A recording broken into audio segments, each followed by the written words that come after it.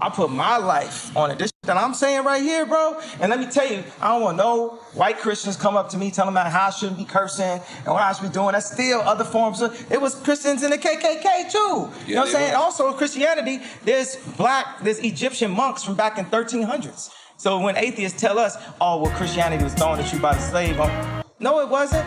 Jesus been here. We the blood of Christ. I see you tipping towards the tripwire. The mind is set to blow.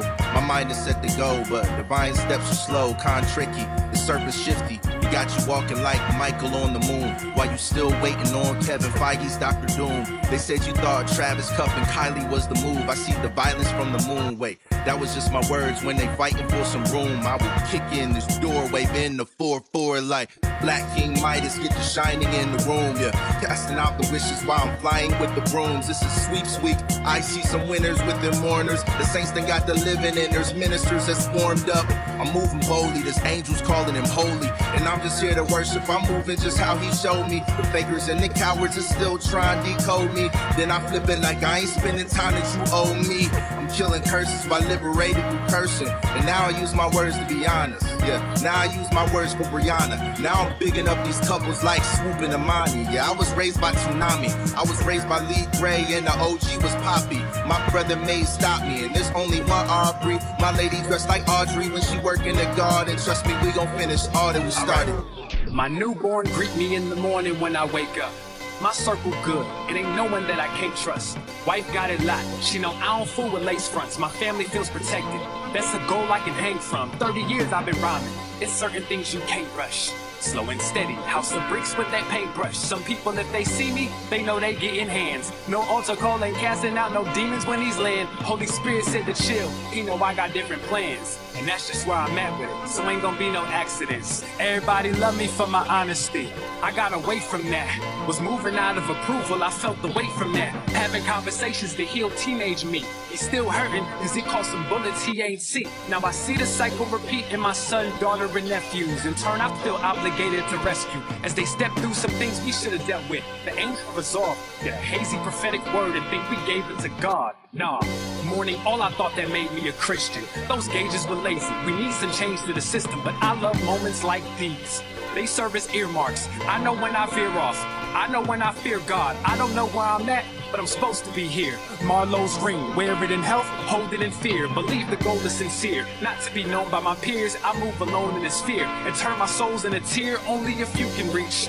We're in the midst of a mutiny. I developed immunity from usually. This in turn is a eulogy. Death to what I accepted. Repent for what I neglected. Resurrect what I'm left with. My therapist said I'm hesitant. Not because I'm afraid, but because I know what next is. My prayers were prepared for it. Cheers.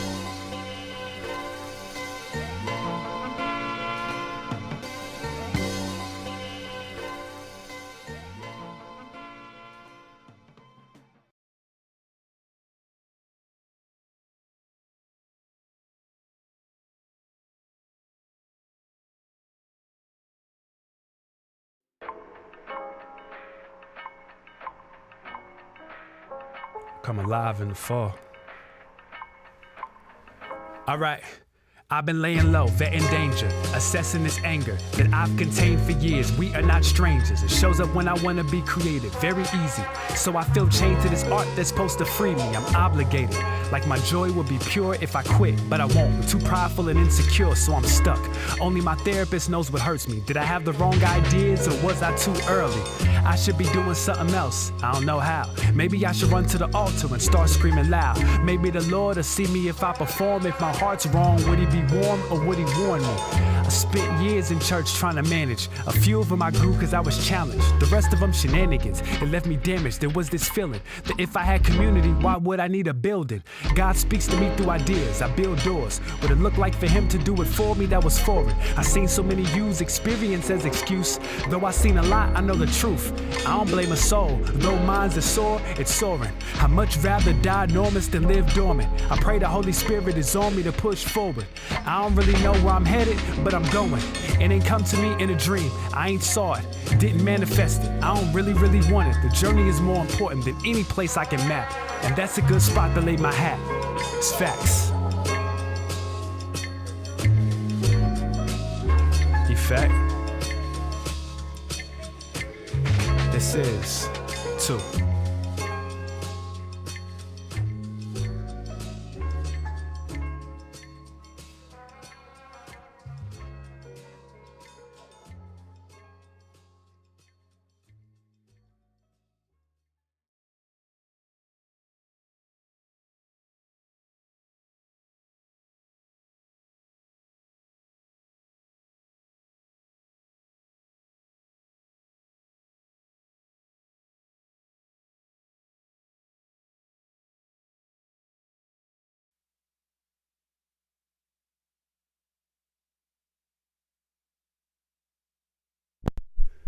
I'm big tripping. There we go. Y'all can hear me? We all good? We all golden? What's going on, y'all? How is everybody doing this evening? I hope all is well. 6/14, June 14th. It is in Columbus. It is 614 day. 614 is our area code. So people here are celebrating. So good for them. I'm at home, but we're gonna talk about that today. So you know what I'm saying? What's going on? Remember, if you were in here, like leave a egg in the chat, speak, say what's up. You know what I'm saying? How's the sound, everybody? I sound good. I sound straight. Everybody good. Everybody can hear me. I want to welcome y'all to like a soft relaunch of my Wednesday night live streams. I have officially branded it as Wake Up Tonight. It's the name of the show. You know what I'm saying? And so every Wednesday, 9 p.m. Eastern, not every Wednesday, but most Wednesdays, 9 p.m. Eastern, we are here on YouTube, and we're just going to be talking about lots of different things going on culturally, wherever I feel like I got something to say that provides some value. That's what we're going to talk about. So we'll have guests. It's a community thing. So I want you guys to chime in and say what's up, and speak your comments, speak your piece, and all that good stuff, man. We're gonna have a really good time tonight. But yeah, man, we in the building. So I bought a new setup. If you're on the Patreon, you were there last week's. I had a private session, and we had a nice little powwow. You know what I'm saying?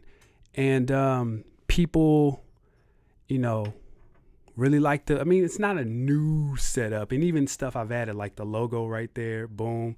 Shout out to my man Uriah on the logo, the little marquee ticker joint on the bottom, formatting some things. What I've decided to do is, as this show progresses, is when I'm gonna like implement different things. I was trying to make like everything ready up front, and I don't want to do that. That's too much work. That's too much like stress. And that's kind of one of the things that I'm going to talk about today. This is my first, public stream since taking a little break in May. I took the month of May off from creating. I didn't do nothing. I shouldn't say nothing, because I still did my podcast. We still did Clock Radio Speakers, but I only did like 1 or 2 episodes. You know what I'm saying? And,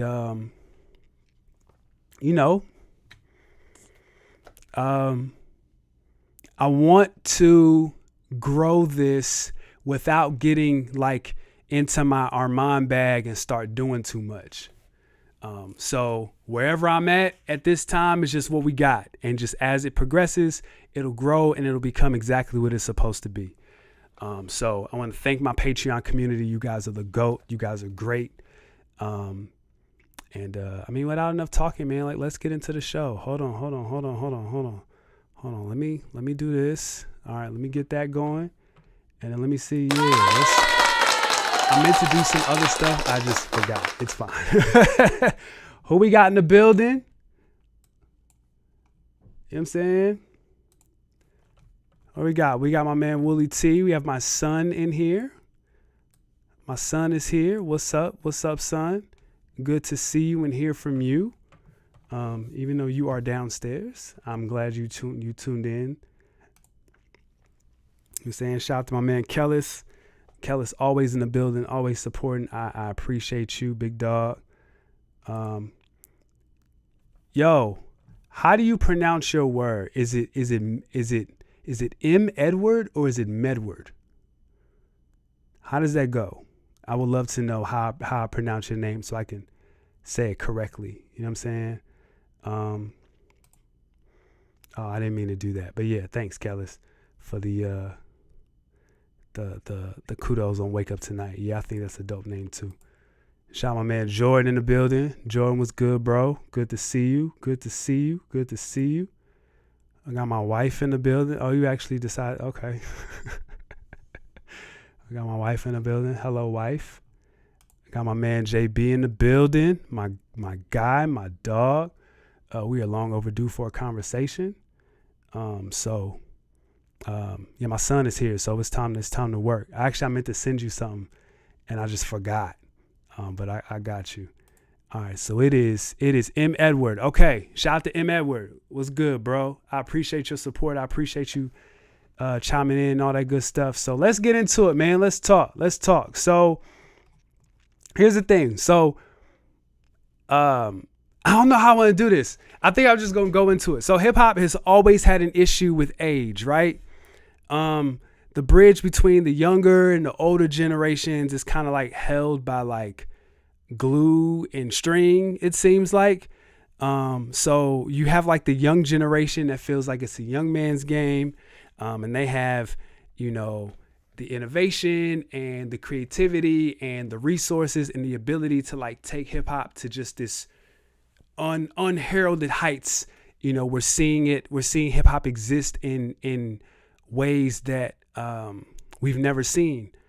On the flip though, this is hip hop's 50th birthday, and the older generations would, number one, say that the new generation, you know, would not have these current opportunities if it wasn't for the previous generation, and the work that they put in and the road that they paved. And also the older generations would say, y'all's music is trash. And y'all got to step this up. So there was a clip that went viral with Danny Brown talking about young rap, new rap. And I kind of want to, you know, get into that bag and talk about that. So give me, wait, what, hold on. Where are we at? Nope, that ain't it. There it is. All right, let's work. I want to show y'all this clip real quick. I want to say something to the young niggas, man, because they always getting upset. And they always thinking like the older niggas is hating on them. It's not that the older niggas are hating on y'all. It's just, we just got to recognize quality. Right. Just because it's new doesn't mean it's better. Because if that was the case, y'all niggas would be wearing LeBrons. I see all y'all niggas wear Jordans. For sure. You got a point. Why y'all wearing Jordans?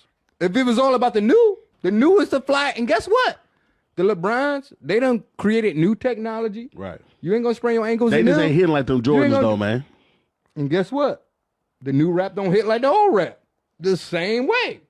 Nobody's gonna make a better rap album out of y'all niggas than Cuban Links. Y'all gotta make better rap albums than the rap albums that existed to talk y'all shit. Y'all ain't did it. Look, my headphones is falling off. So that went viral a couple weeks ago. And then today we got news that Billboard reported that there were no hip hop music has hit number one this year. So it's like, yo, why is that? I want to break down that video, and I kind of want to get into a bag and then transition into like, you know, what we're actually talking about tonight. So first of all, I gotta say this. The LeBron comparison is bad. The LeBron comparison does not work for the argument. I saw people's like, yo, the LeBron, yo, that was... No. And I'm going to tell you why. First of all, the LeBrons were never a culture-defining shoe like Jordans were.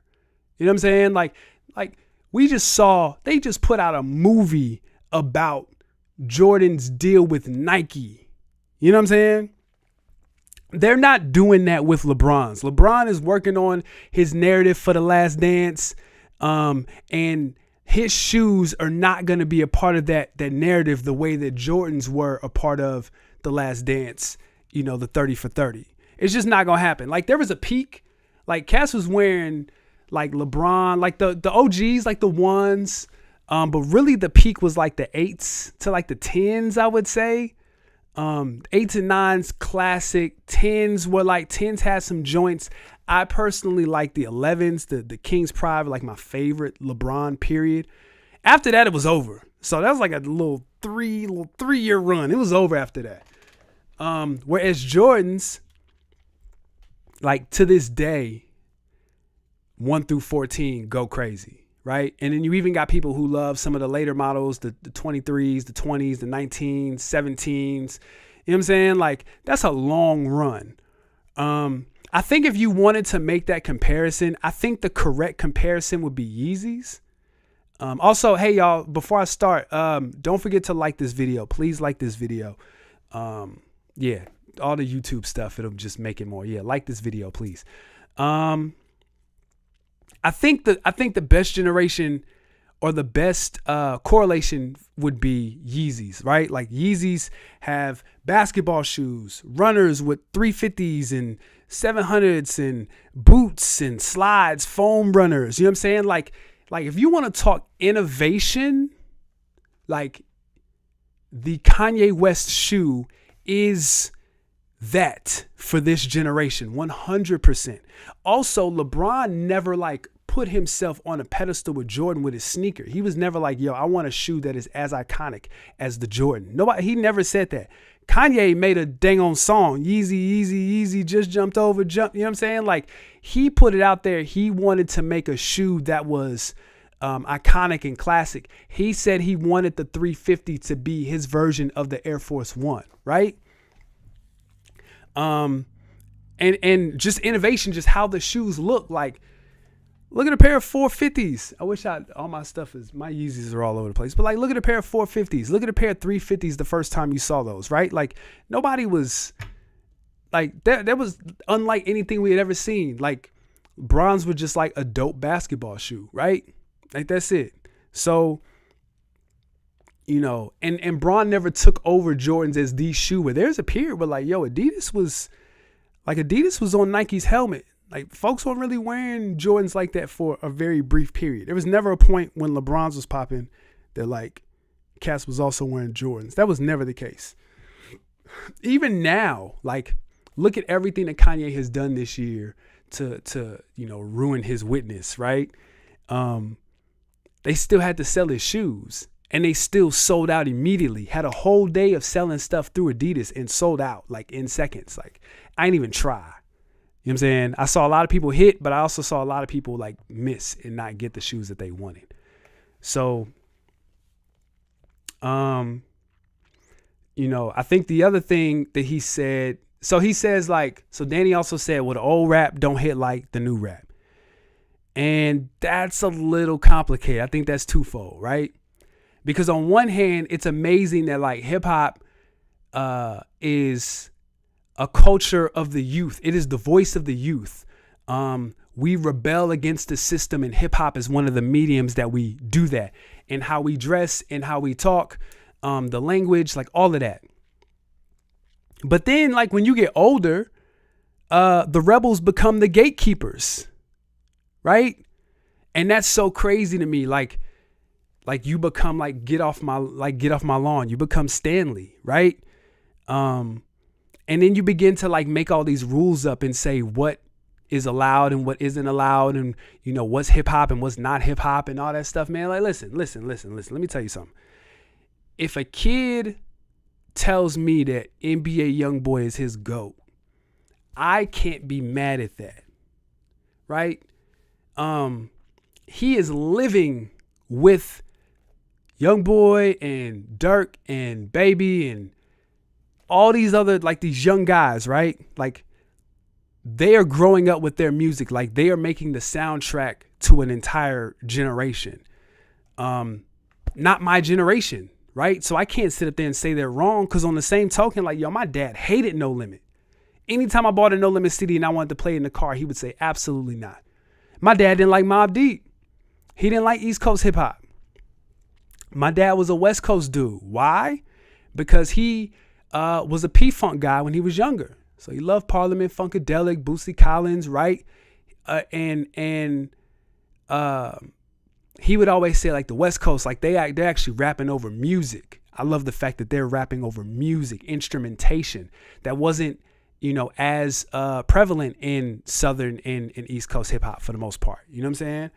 But that's his experience. That's his perspective. Just like I like what I like. I love samples. I love drums a certain way. I love certain tempos, right? And you can't tell me that like Jay-Z is one of the greatest rappers. Jay-Z isn't one of the greatest rappers ever. You can't tell me that. But it's an entire generation of people who know him as like Beyonce's husband. Or there's an entire generation that thinks Wayne is old. Or there's an entire generation that like, Nas is like, this is the first time they're hearing Nas for the first time. Like, man, last year, I put my son on the Illmatic. He didn't like Illmatic. He didn't like it. He grew to like appreciate it, he'll tell you, but like he wasn't on it. And I'm not mad at that because that wasn't his experience. He wasn't around in 1994 when that came out. He didn't experience his life with that. He's listening to it in hindsight. The same way we recently reviewed De La Soul's discography. And there were certain songs or certain music from that era that I didn't hear. I didn't grow up with. So it didn't connect with me the same way that it may connect with someone who was a teenager in their 20s when that was popping, right? So it's all subjective. And the funny part is like, yo, it's not a thing where your kids, it's not a thing, I can only speak for my kids, but it's not a thing where like my kids don't know. Like my kids heard the classics. They sat in my back seat, so they heard everything. They got the education, they got the knowledge, but when they got these phones and they were able to explore and develop their own musical palette, YouTube and streaming services, and before TikTok, it was Musical.ly. My daughter was on TikTok years ago, right? And so when they develop their own music palette, like that's their own music palette, right? So we can't sit up here and say, well, the old rap don't hit like the new rap, because for some people, they look at, Travis Scott's Rodeo like it's the pinnacle of hip hop. You know what I'm saying? They're looking at Uzi's Love Is Rage is like, this is it. This is the greatest thing ever. There's a Young Boy album. There's a Baby album that people just think they compare it. They treat it the same way we treated as Dark and Hell Is Hot in 1998. And we can't be mad at that. But on the other hand, when I take off my 90s and 2000s bias hip hop hat and I listen to new music objectively, he's right. He's right. To me, it don't hit the new rap don't hit like the old rap, and here's why. To me, I think the barometer of creativity, I don't think you can make something terrible now. You know what I'm saying? Like the fact that I can have a whole studio on my phone, right? I mean, like record, mix, master. I can go on YouTube and get beats. Apple comes with GarageBand that has preset sounds that have been used to make smash #1 worldwide hit records. That was not the case when I was coming up. Yo, so let me tell y'all, like, when I was coming up, I had to learn equipment. Back in my day, let me get in my bag. I had to learn equipment. Like, my first studio was on a Windows 98 computer. I used like Cool Edit 2.0. Right? I had to like pirate the software. I got a microphone from Radio Shack. I couldn't afford a tripod, so I got an ironing board and stacked boxes on top of it and then put the mic there. I didn't have a pop filter. I was recording I had to learn. And then beats. Beats.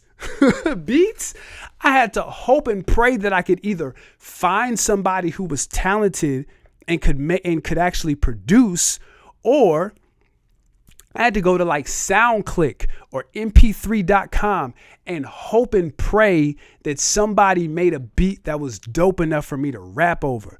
Otherwise, I was on trash. Then I had to learn how to rap. Hold on, let me tell y'all. I'll pull this up. Listen, man, I'm in my bag. I'm in my bag. This was the rap gauntlet that I had to go through. First, I had to be good. So I used to like print out lyrics, and I used to print out Cannabis lyrics and like study his rhyme patterns, like literally read them. I would take their verses and I would like rewrite them and restructure them. Like, okay, well, I wouldn't say this, but I would say it this way. And that's how I learned to get my voice early as a writer, as a rapper. I'm 14, 15 years old doing this. So then I had to be good. Then I had to rap for like my family, like my parents weren't really on it, like it's whatever. But like I had to rap for my sister. My sister had to tell me that I was good. Then I had to rap for the homies, and then the homies had to tell me that I was good. Then I had to rap at school and battle, and then I had to like beat. It wasn't 80,000 rappers the way it is now. It was like 8. I had to battle all of them and beat them and be the guy at my school. Then when I would go out into the community, I would go to like house parties and we would play. Either we would do like ciphers where other people in the city would come out. I had to like destroy the cipher there. Then we would play music at the party that we had did that was terribly mixed and terribly mastered. But my friends, because I gained that confidence from my community, from my friend groups, like they were like, no, play this at the party. Our friend is good. And then we would put out a mixtape. Then we would put out a song. Nowadays, they'll tell you, they'll say, oh, Spotify doesn't allow but so many, or there's so many songs that are uploaded on Spotify every day and they never get played, they never get streamed. Well, that's because you could wake up on Monday and you could say, I want to put out a song this week, and you've never written anything in your life, and you get a studio, you record on your phone, you download a beat off BeatStars for $20, you get it mixed for another $10. You ain't even gotta mix it. You can just put it, you can upload a video, you can set your camera down, put it on TikTok, and then you can upload it to DistroKid, and it's available everywhere on Friday. Anybody could just stumble on your music and listen to it. You know what I'm saying? Like there's no barometer, like there's no community to like say, you're good, keep doing this, or don't do it. That doesn't exist to the degree that it existed, because if there is a community that exists,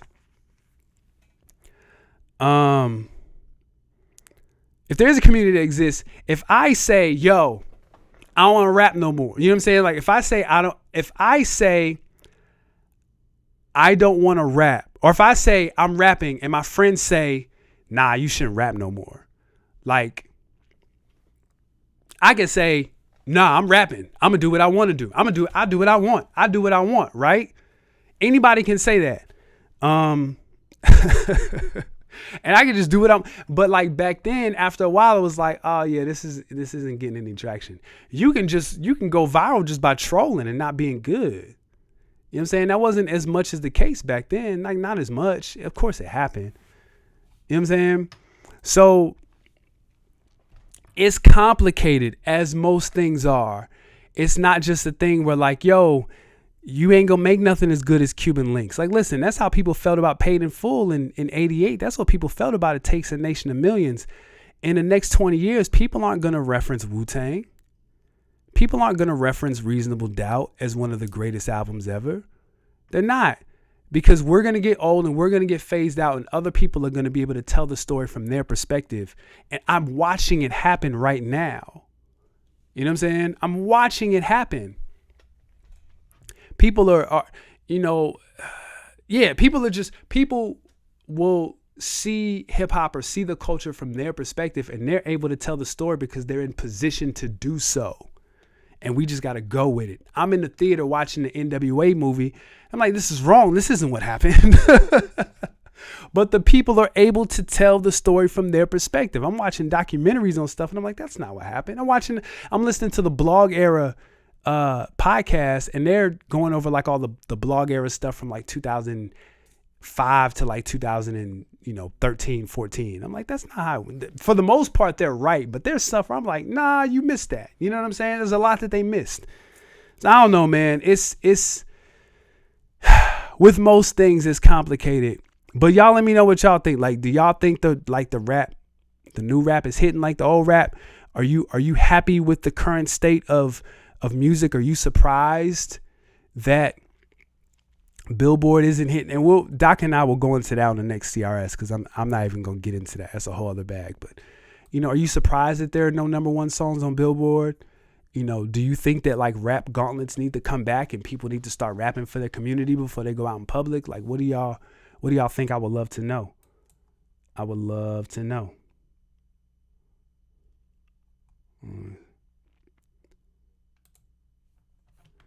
See, is it a case of the floor being raised by tech?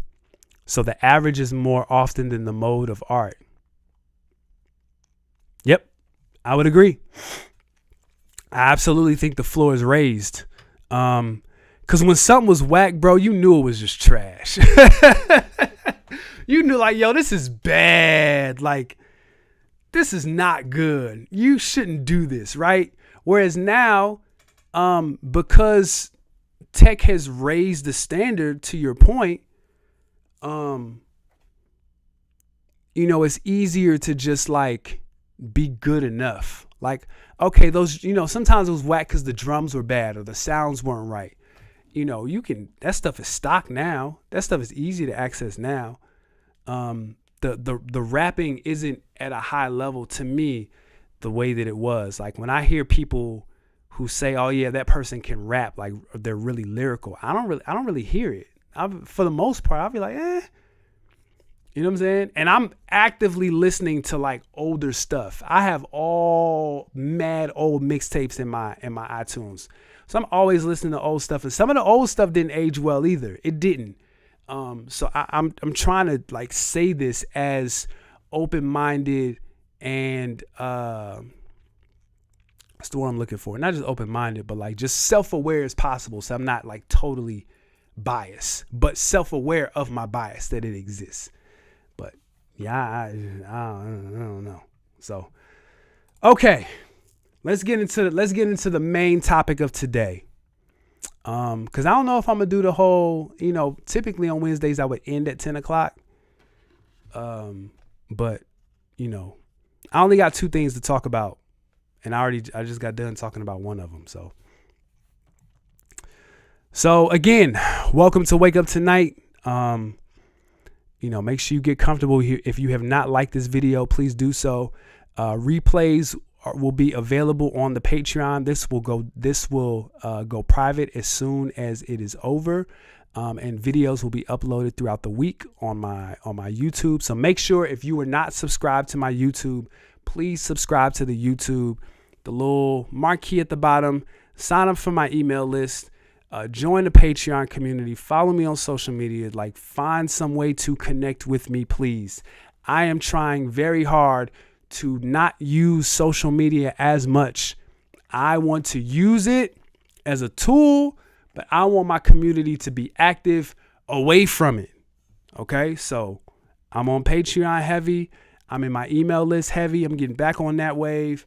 So if you are not in either one of those places, then I'm going to be on YouTube heavy. If you are not in either one of these places already, if you clicked on this link from another social media platform, join me somewhere else, please. So what I wanted to talk about was I took the month of May off from creating content. I didn't do nothing. I ain't rap. I ain't make no videos. I didn't do anything. I chilled. And there's 3 things that I learned that I want to share with you guys. I see a long comment from the Wolves Den. Let me see. Hold on. So I feel like new excellent artists are unable to really capture the communal imagination. Like, I get confused about someone like JID not being the young people's champ. I agree, man, because my son loves JID, loves him. And you're right, he has all the tools to be like the guy. And for whatever reason, I don't want to say it's not connecting, but maybe it's not connecting as fast and as strong as maybe we like. And I think a lot of that has to do with just like, yo, our attention spans are just so separated from like, we're just not able to lock in on one thing, which is why I appreciate people who lock into what I'm doing, because like, yo, literally the second you get on social media, it is millions of things and people and information and news pulling at you, trying to get you to pay attention to them and trying to get them to tell you why why you should give your attention to them. So we talk about attention being the new currency, and we talk about like, you know, I lost my train of thought. It's okay. We talk about it. We talk about attention being the new currency, and it's in that way where it's like, it's not just this like insecure thing, but literally you're posting to share, and even so, like your community or the people that really follow you and really rock with you, they don't see all your stuff. Your friends, your family, they don't see all your stuff. You got to find different ways to communicate, like the telephone, text messaging, you know what I'm saying? Because, you know, it's not like MySpace where like you would just have the announcements. I forgot what those were called. Where you could like post and like if you did something new, you could like share. What was that called? Does anybody remember what that was called? I don't know, but that doesn't exist anymore. So let me give y'all some backstory as to why I took a break from making content. Excuse me.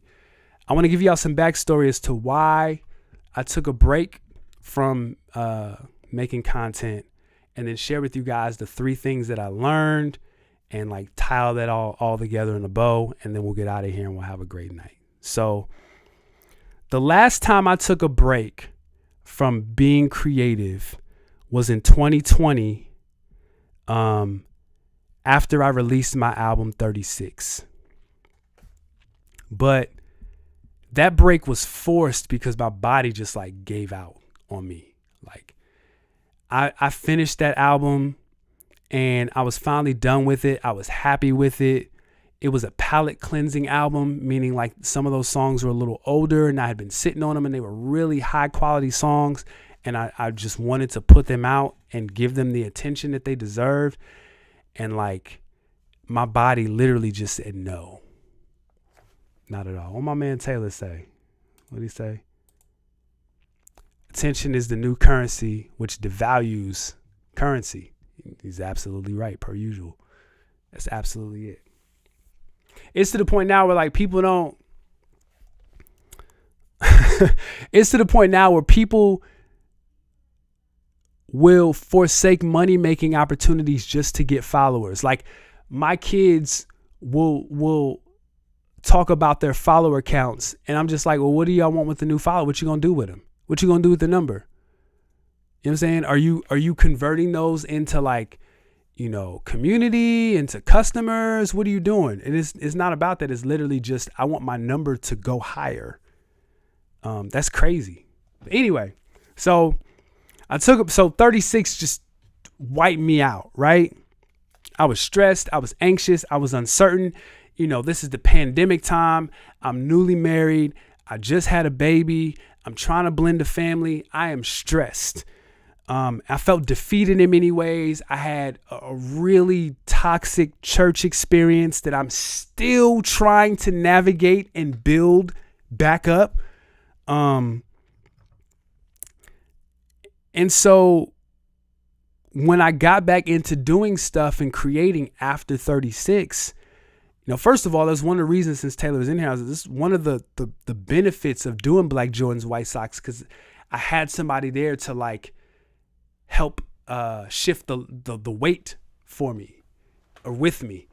You know, that was like really easy because I had someone there with me as opposed to me doing everything.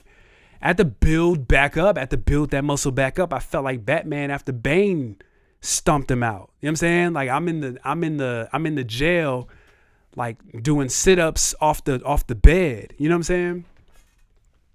So what I was doing is I was doing like regular self check-ins. You know what I'm saying? So I was asking myself, like, how are you doing? Are you okay? Do you have the capacity to do this idea? It's nothing for me to get an idea. It's one of the reasons why I consult. I can listen to your idea, your vision, and I can spit out ideas. Ideas come very easy to me, but I have to ask myself, is this idea for me? Should I do this because it's a good idea? So people often talk about good ideas versus God ideas, and that's absolutely true. And I think one factor that weighs into that is capacity. Do I have the capacity to execute this idea in excellence? And if I don't, can I delegate, or does this belong? Do I just need to write this down and give it to somebody else when I find out, like, you know, what and why, where the idea is best served, right? Another thing is my homegirl kept asking me, speaking of why, my homegirl kept asking me about like my motive. She kept asking me like, well, why are you doing this? Why are you doing this? Don't forget your why. Don't forget your why. She kept saying that. And it was a little annoying. It was, but it was a great question. Because she was trying to like point me to Jesus. And here's what happened. I was clear of my motive. I knew exactly why I wanted to create. I knew why I wanted to, you know, get into the visual bag and, you know, do live streams and videos and, you know, get into that space. I knew why. But my conviction and drive didn't match up with like what I thought like a Christian should say or should do. You know what I'm saying? Because if we're being created for the creator, like that's what we're supposed to say. I just want to honor God with my gift. I just want to, show God that I'm serving him, and I want to reach people for Christ. And that wasn't my motive at all. I ain't gonna hold you. It wasn't. And to be honest, it's still not. I'm still working and navigating through that. It's not a burden for me to make Jesus' name known. You know what I'm saying? My burden is I got a family of 6 and we got some things that we need to make shake. And as the provider of my family, I need to make these things shake. I need to figure some stuff out. I got a high school graduate. I got a growing boy. This fool about tall as me, his feet bigger than mine. And and he's hungry. You know what I'm saying? I got a newborn baby. You know what I'm saying? And I got a wife, and I got a 9-year-old. Like I got a lot to work for, right? And I think when you're a long distance dad, I can only share this from my experience. As a long distance dad, I spent my entire adult life, because I had my oldest daughter when I was 19. But I spent my entire life being a dad from a distance, because my oldest kids live in different states. And I never had the burden of, I never got to experience just day-to-day dad stuff. Like, I didn't pick my kids up from daycare. I didn't help them with their homework. I didn't hang out with them on a random Friday or Saturday or Tuesday. Like, my kids would come here for the summer, and I would like be the greatest dad in the world from June to August, and then they would go back home, and then I would be single and alone. I could take my dad hat off. No pun intended. But that motivation like didn't line up with like the gospel and the call of the believer. Like it didn't. But in a way, maybe it did, because I'm like, all right, Lord, well, like, you gave me this family. Your word talks about family all throughout it, and how much you value the institution of marriage, how much you love children, what a father is supposed to be. You know what I need. So you know that I'm not doing this for like, I'm not trying to be famous, or I'm not trying to like draw attention to myself or anything like that. But I'm also like not doing this for ministry's sake. Like I need to get to some things, right? But I didn't feel comfortable sharing that, or I didn't even feel comfortable processing that, because as a believer, I didn't think that that's what you were supposed to do. And I'm still processing that, right? So here's what happened to me. Content consumed my life because I got monetized. The worst thing to happen to me was to get monetized on social media. Why? In that way, because I'm trying to get monetized on YouTube, but that's a different monetization than the monetization that I experienced on Facebook and Instagram. Because what happened was I had a couple of pieces of short form content go viral, and I got some nice checks from Meta. And I said, oh, word?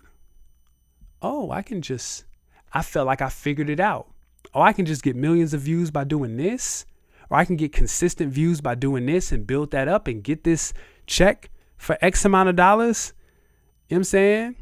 Thousands of dollars, potentially tens of thousands of dollars. Like, oh, okay, I can do this. I start piecing stuff in my head. I do this. I get money. I do this. I buy this. We do this. Set this up.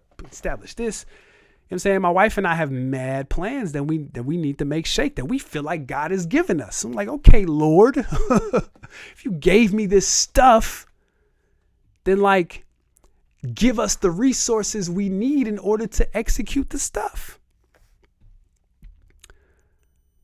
But what happened was then that monetization consumed my life, because after I started getting them nice checks, I stopped getting them nice checks. Before Meta shut down monetization, they made it impossible to make bread off of there. It went from being like really easy to being like impossible, high key. So my checks was literally like $15. My checks was like done. It went from being being straight, to being like absolutely not. And that was crazy. And so my whole focus became, how do I get these checks? And then I stopped getting the checks. And I felt myself, I didn't like how I felt. So you could call it conviction. You could call it the self-check-in, whatever you want to call it. I physically felt it in my body like, nah, this ain't it. If this is how I got to get to $1, I don't want to do it. So fast forward, we book our Hawaii trip. My wife and I went to Hawaii for our wedding anniversary. And I did that check-in. And I also I fasted. Or not, I'm sorry. I talked to my homegirl who was fasting from social media. She was fasting. I wasn't trying to fast. I didn't want to be deep. She was being deep. She was like, I feel like God is telling me to fast. I don't be fast. I just needed a break. And I'm always like, I'm going to keep it real. Like, when my friends are able to like disconnect from social media, like I kind of low key be jealous. I be jealous a little bit. I admire it so much. Like, oh, wow, like you can just disconnect. How do you do that? That's amazing. I've been on the internet every day since 2001, like low key. So it's just a part of my life. It's hard to disconnect, but at the same time, I'll be scrolling on my phone like, yo, why am I here? Why am I here? I'm not missing anything. Like, Twitter used to be fun. It's not fun no more. Everybody's serious all the time, or the humor is just not what I define to be humorous. I'm not learning anything. It's not new information. I don't find any of the dialogue interesting enough to like engage with. But at the same time, as soon as I get up in the morning, I'm scrolling, right?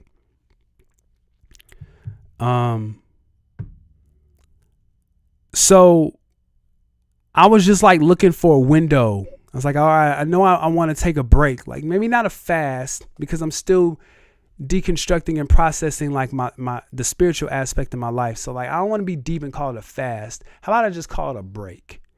Take the pressure off. Let me find like a window to jump out of. Let me find out like just a window of time to do it. So we booking the Hawaii trip, and Snooze Button was getting ready to come out. Snooze Button 6. If you don't have that, go to ArmandWakeUp.com, ArmandWakeUp.bandcamp.com. You can get that. Project is fire. I'm proud of it. So I knew I wanted to like create some stuff and do some stuff with Snooze Button, but I was like, all right, as soon as I get done doing this, I'm gonna take a break. And the other thing that I wanted to do is I was building up this momentum going live, and I wanted to do one more live before I went on vacation. And I wanted to like simulcast, and I'm kind of getting ahead of myself. I wanted to like because I have, you know, followings on Facebook, Twitter, Instagram, YouTube. Like I got all this stuff bubbling. I want to be able to like tap all those people in at the same time, because these are all people who like genuinely want to connect with me. So I try to do like a simulcast. I try to like live stream on multiple platforms at the same time, and it was like the worst experience. It was so bad. It was just like a big fail. And I'm not like the signs guy. Like I need a sign. I'm not DMX, Lord, give me a sign. But like I knew when I went to troubleshoot and my body was just like, all right, let me take this. Let me go to Hawaii. Let me come back. Let me take this break. So the 3 things that I learned as I took this break throughout May, the first thing that I learned is that it is impossible to keep up, and I'm not supposed to. It is impossible to keep up, and I am not supposed to keep up. Okay, y'all know that I've been trying to like fight this algorithm forever. And let me tell y'all something. The algorithm is not conducive to the average person's normal life. It is not conducive to our day-to-day. It is not something that we can just like engage with and enjoy. The algorithm is set up for shareholders. Okay? It is set up for shareholders to make money. If you ever hear somebody say like, yo, if something is free, you're the product. Like, think about it. Our content is the selling point that executives use to tell shareholders that like this is valuable. So they'll go in a meeting, and y'all know this, y'all work in corporate America, whatever, like they'll say, yo, we have this many users posting this much content, and then the shareholders see that and they say, oh, you've got X amount of millions of billions of people using your platform, and they're creating content every 0.3 seconds and this, that, and the third. Okay, so we got all these people here. So now the advertisers come in and they know that they can always, where the people at, who. It's like going to a party and saying, yo, who all gonna be there? Right? So if the shareholders know that the party is gonna go crazy, everybody's gonna be there, then they gonna go too, right? So the shareholders that they trying to party, not only they trying to party, they trying to make some money. You know what I'm saying? But at the same time, the algorithm is set up for you to just chase it. It's not set up for you to conquer it. You're never going to conquer the algorithm. You're always going to chase it. And the minute you get close to catching it, it's going to change. It's going to change up its pace. And the people who do conquer it, that you see are successful on these platforms, they pay to play. They got whole teams behind them that number one, either understand the system, or number two, they got connections at Meta that know how to push their stuff through. Like, come on, it's a game. It's the game. The game is the game. I've been watching Wire clips. I need my wife is online, and I'm just telling you, we need to watch The Wire, because The Wire is amazing. The game is the game. right? These platforms don't care about your families. They don't care about your mental health. They don't care about your well-being. They literally make money off of you using it. You know why Twitter changed like the app? You know why Twitter removed third-party app access to it and made the users only use its interface? Because now they have the For You tab where you get content from people who you don't follow. But the algorithm has determined that you find these things interesting to keep you on the app. Because the longer you're on the app, the more they can feed you advertisers. And also, it doesn't help that, it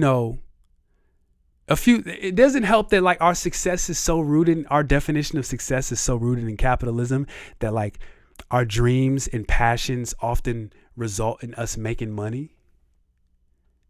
Like everybody in here, your dream, your goal, your passion at the end of that rainbow is some money.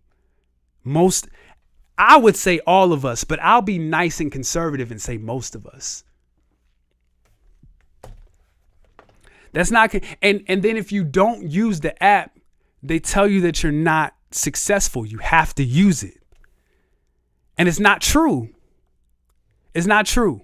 It's impossible to keep up, yo. I'm literally, you don't know what it's like to freaking spend all day working. No, all y'all know what it's like. Working on a piece of content all day that's fire, and then you post it and it don't get no engagement. And now you're like defeated. But it's like that adrenaline, because then you post something that does, that is successful, and you're like, all right, I need this. I got it. I know how to figure this out. And then you try to create another piece, and then it's like, it don't work. It don't go.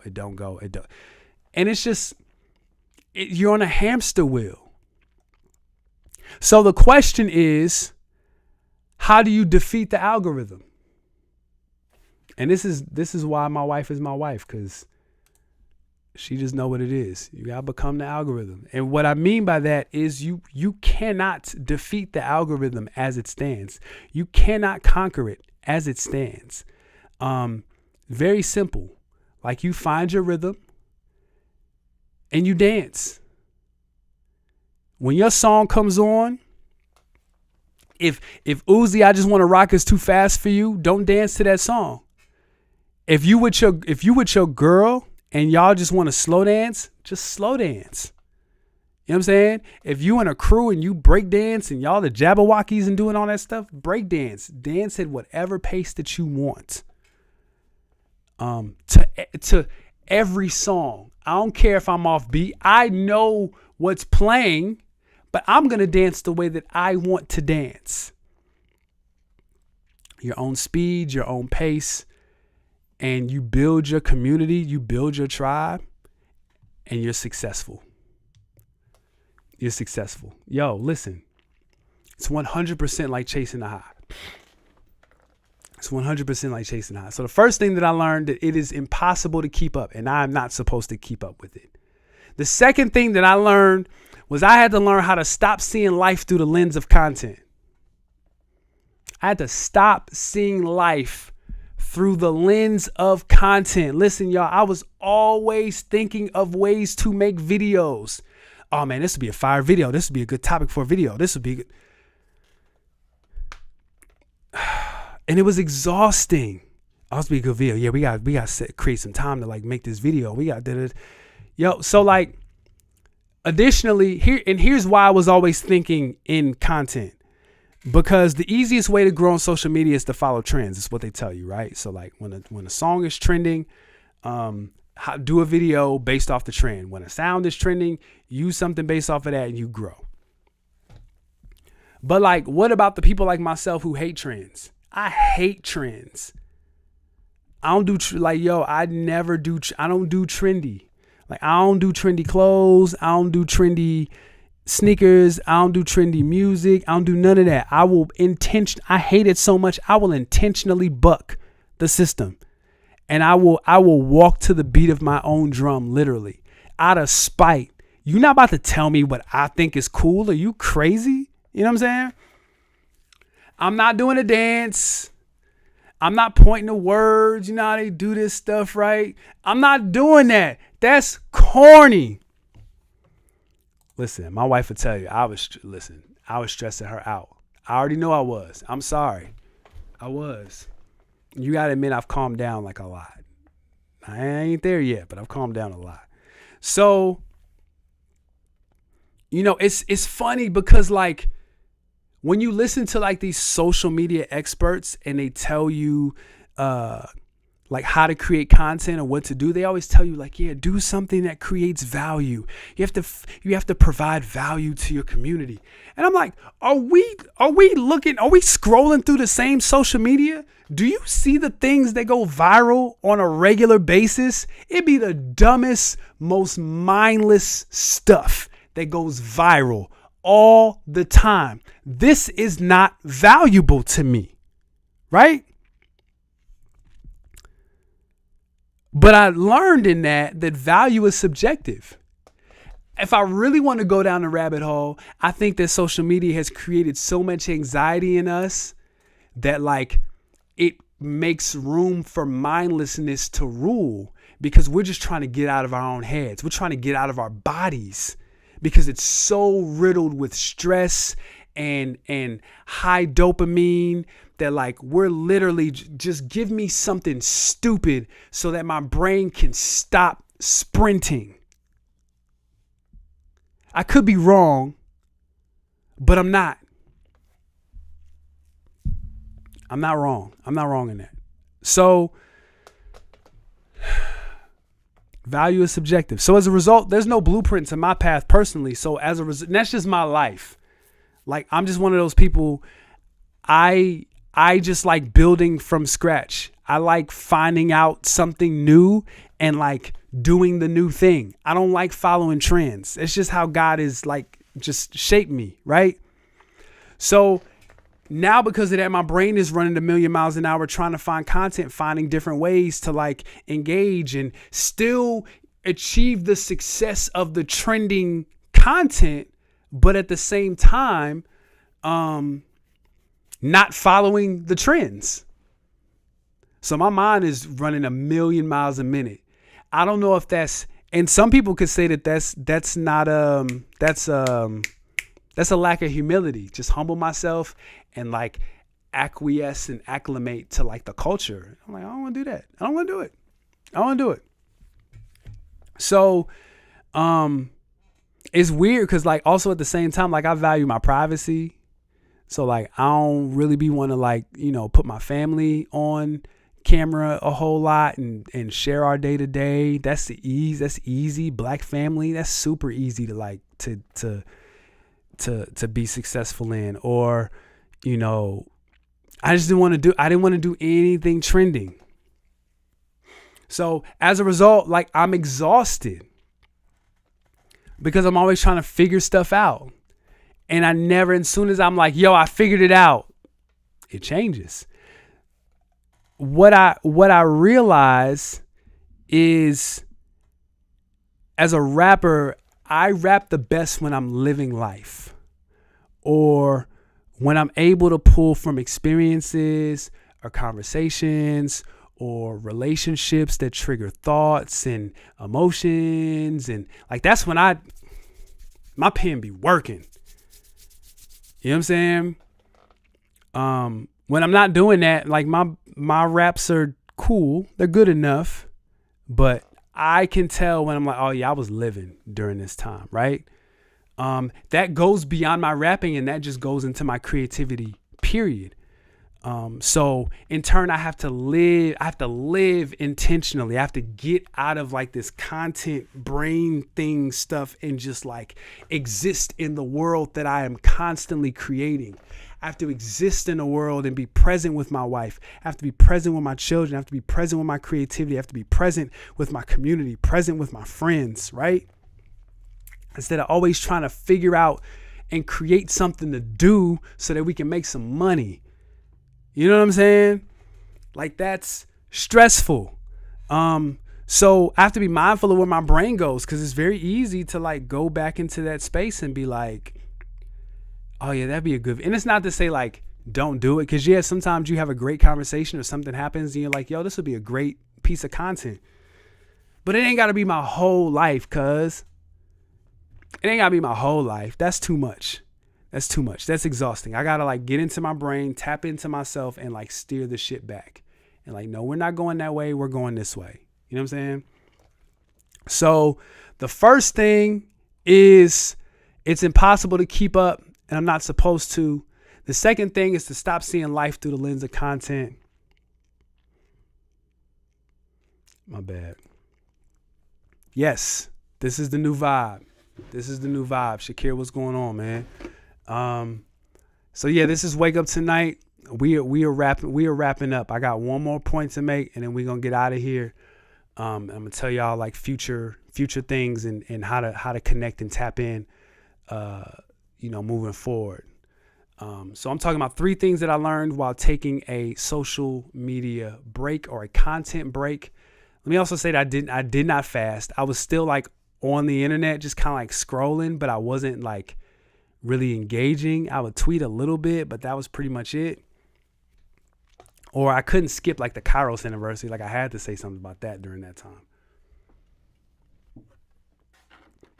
So make sure you follow the instructions on the ticker at the bottom. If you were not tapped into any of those spaces, please get connected. Email list, Patreon, social media, something. Email and Patreon is preferred. And if you feel in your heart to give, $7 or $77 or $777 or $7,777 or $77,000, there's my cash. All right, let's wrap up. So the third thing that I learned during this this creative break was that I don't need to be everywhere. I don't need to be everywhere.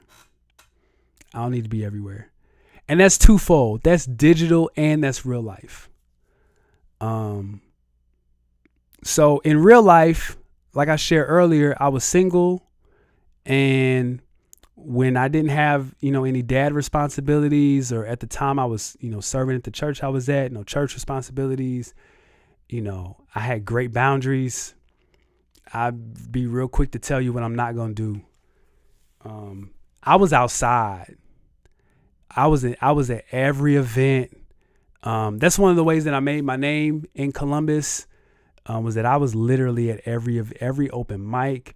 Every time somebody was throwing something, I had a lot of DJ friends because I was a rapper. So like when my DJ friends were throwing events, I would be there. I'd be on stage.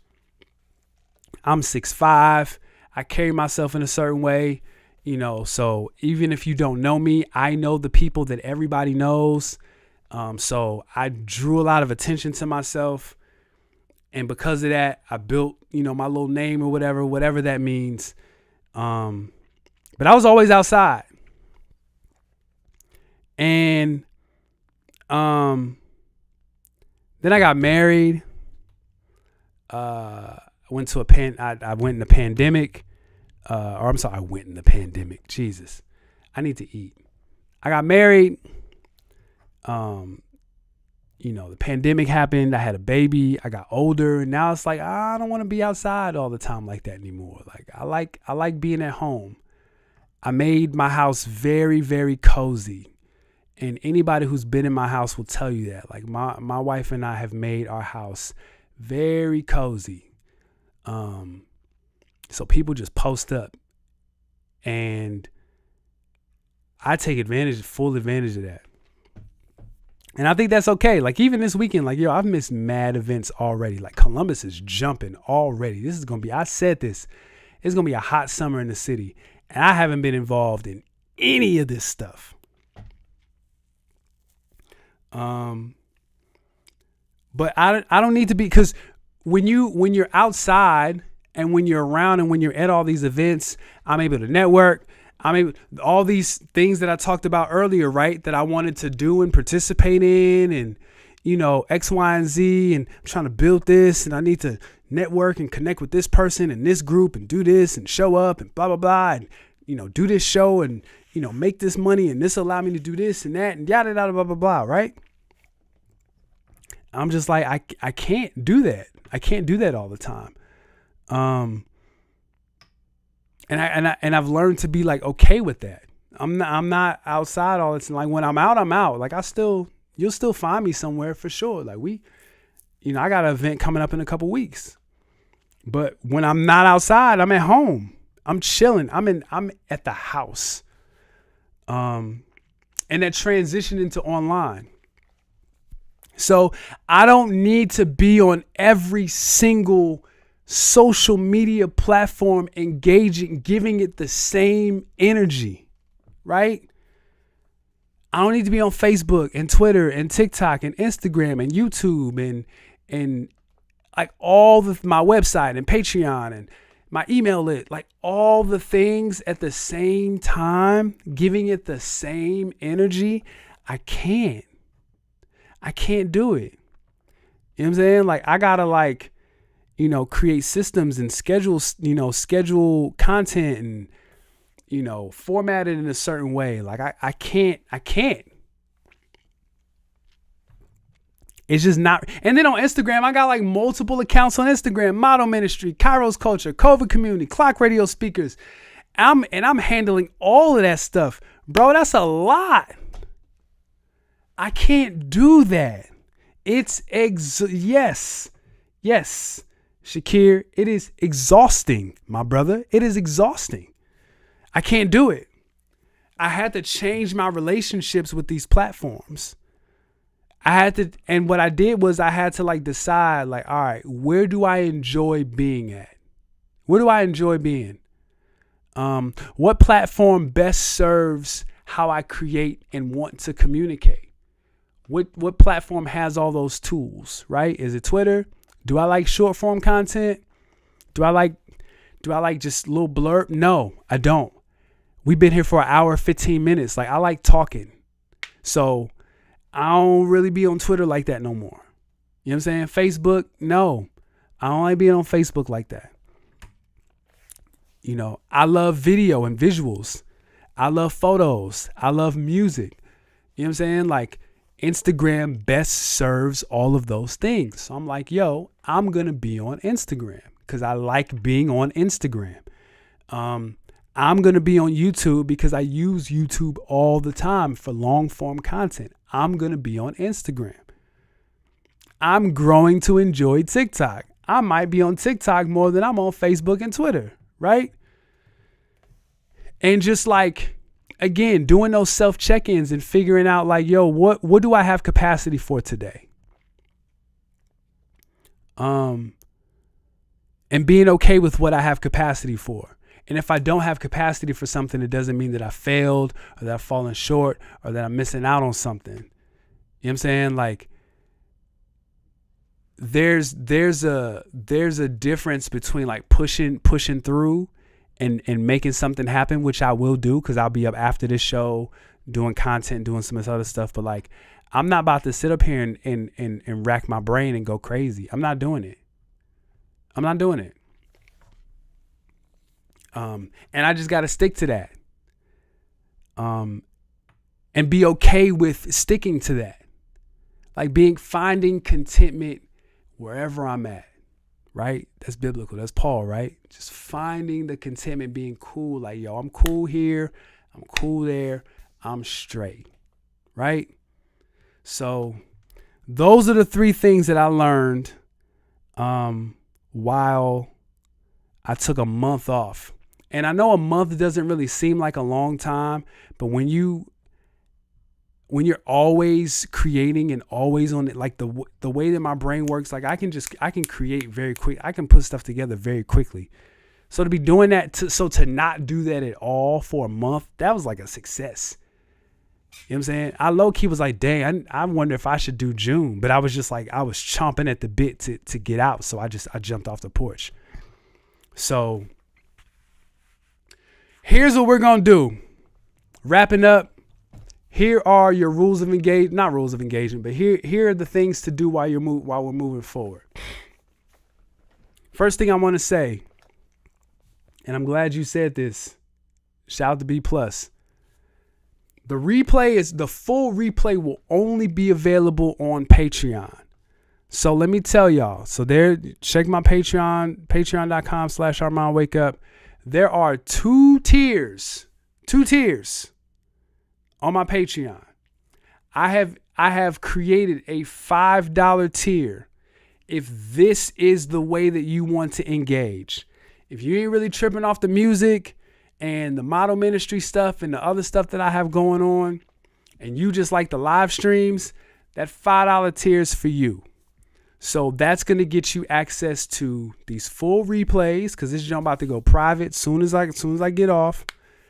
And what I'm going to do is I'm going to cut these videos up and share them throughout the week. So but there's going to be pieces that you miss. I ain't cutting up the full live. I'm cutting up pieces of it, and that will be content. So if you want the full live, $5 a month. What you'll also get is one Wednesday a month, I'm going to do like an immersive live stream. So it just won't be y'all in the comments. It'll be y'all like face to face. So I'm going to try to avoid doing Zoom. I might have to just use Zoom. I feel like people are tired of Zoom. I'm going to try to avoid Zoom. Maybe not. But I'm thinking,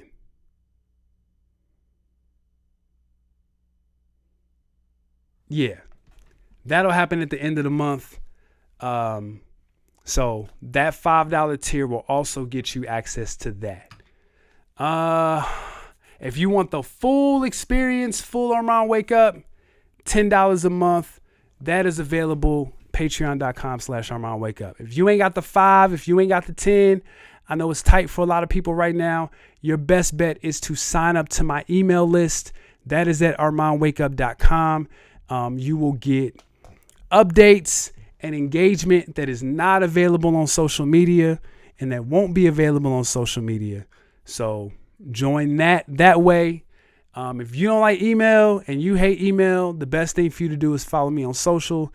Like I said, best places I be at. Subscribe to this. Subscribe to YouTube. Like this video, by the way, before you roll out. Or follow me on Instagram, because I'll be on there at Armand Wake Up. Or follow me on, I guess you can follow me on Twitter, but not, whatever. It is what it is. So I think that's it, man. I think that's it. So I will be back next week, because I want to tell you guys about my trip in Hawaii. Because I met God in Hawaii, y'all. I'm telling y'all, man, like, I really want to talk to y'all about like what healing looks like and what that process is and what that's been for me. And I really want to readdress my deconstruction. I want to share some of those things with y'all. What I also want to do, though, and I may do this because it's Father's Day, my daughter has been asking to get on my live with me. And both of my kids are here. They're downstairs. I hear them downstairs. Both of my older kids. My kids are 18 and 14. So I may just have them pop up and we just may have a conversation just about life and fatherhood and long distance parenting. I may do that. I don't know. So I'll let y'all know. I appreciate y'all, man. Thank y'all so much. Wake up tonight. I'll see y'all next Wednesday, 9 p.m. Eastern. And appreciate y'all.